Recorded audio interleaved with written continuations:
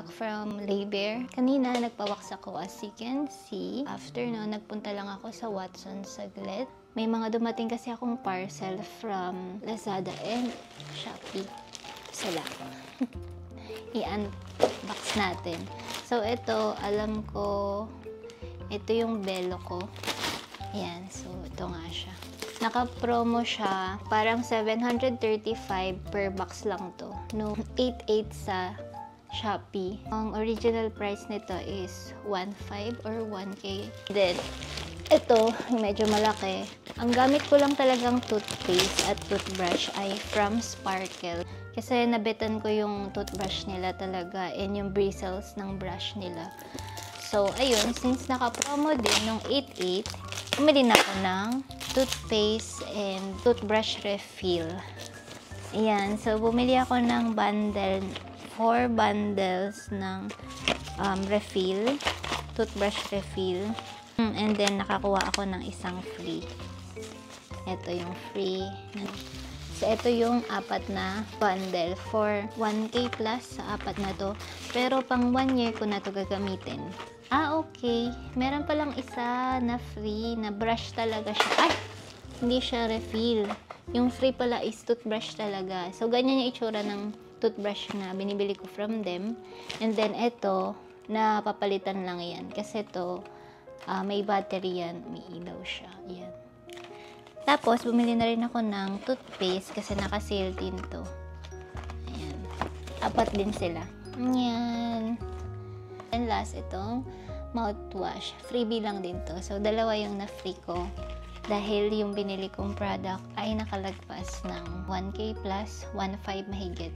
Yan. Ito yung free ko. Isang mouthwash and isang toothbrush. Nice. Tapos, last is ito from Lalalash. So, nabudol ako ni Ray since big fan talaga ako ni Ray Hermar. Ay, ang cute naman. Hey, babe. Thank you, Lalalash. May paganyan pa. Your support means the world to us. We're grateful for the trust you've placed in our products and for being a part of our journey. Sa loob.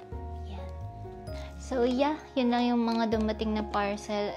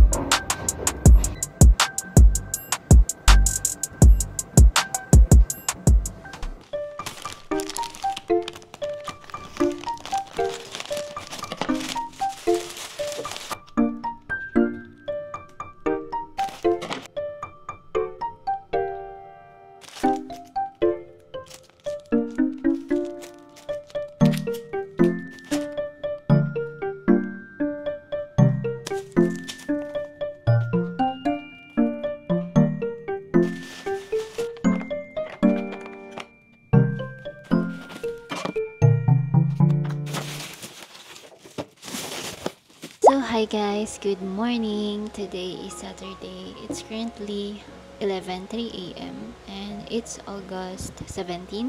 May ulam for lunch. And then pala guys, nakalimutan kong banggitin. Nag-rearrange ako ng room ko yesterday. Naglinis ako dito ng gabi. So, as you can see, ayan na yung TV ko. And then, yung couch ko. Ito yung dining table ko. Tapos, dito sa aking bed area, dito ko na nilagay yung yung desk area ko pang work. Yan, andyan na siya.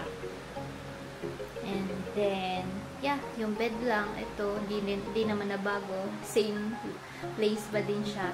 Tapos, mas maluwag pagka ganyan yung posisyon ng mga gamit ko. Tapos, parang ito, free space to. Diyan. Niisip ko nga na ilagay na dito yung mirror ko para pag nagbibihes, diretso sa lamin. Diba? Naantok talaga ako. Yung mata ko, oh. Parang puyat, pero hindi ako puyat. 10 or 11, tulog na ako yesterday.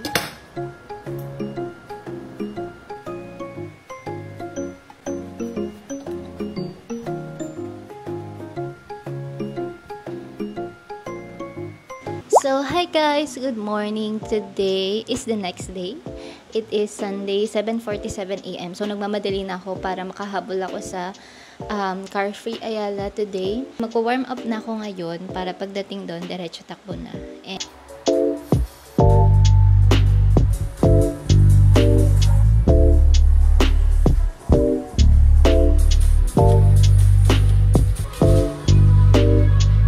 Guys, nagpalit ako ng leggings.